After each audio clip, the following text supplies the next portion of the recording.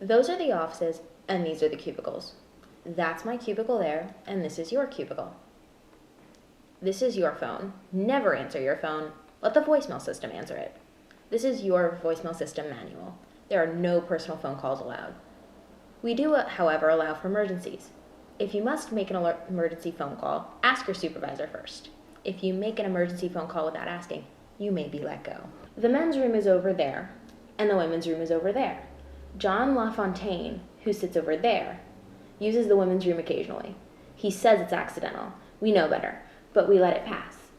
Russell Nash sits at the cubicle on your left, and he is in love with Amanda Pierce, who sits at the cubicle on your right.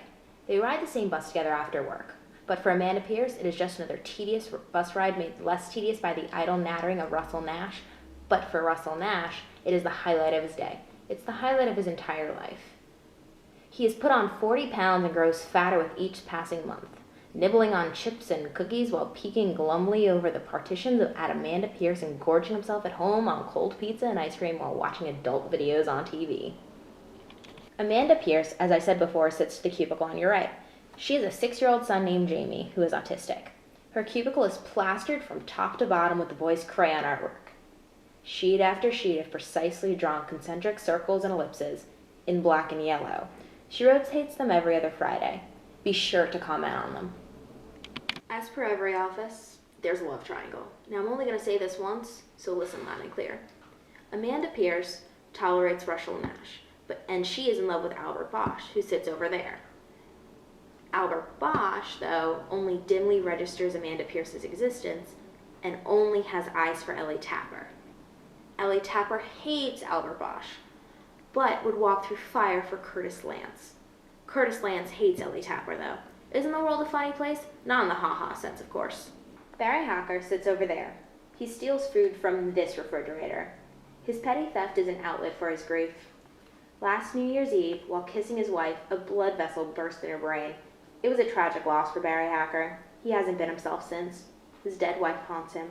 She haunts all of us. We have seen her, reflected in the monitors of our computers, moving past our cubicles. We have seen the dim shadow of her face in our photocopies. She pencils herself in the receptionist's appointment book with the notation, "To see Barry Hacker."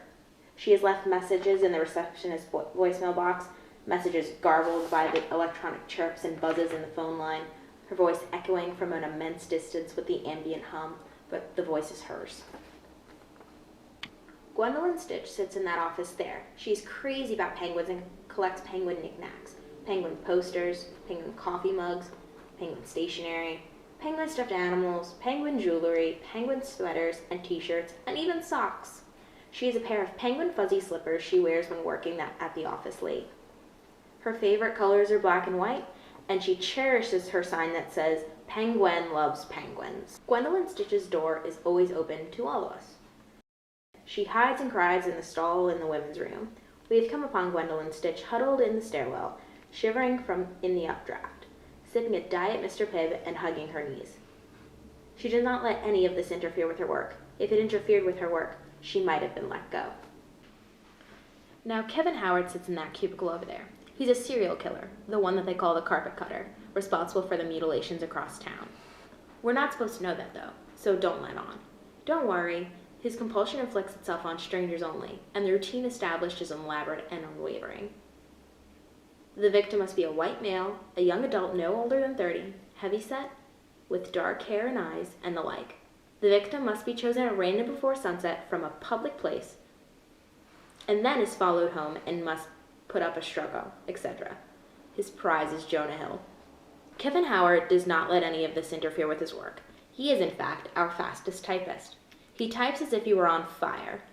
He has a secret crush on Gwendolyn Stitch and leaves a silver-wrapped Hershey kiss on her desk every afternoon. But he hates Annika Bloom and keeps well away from her. In his presence, she has uncontrollable fits of shaking and trembling. Her left palm does not stop bleeding.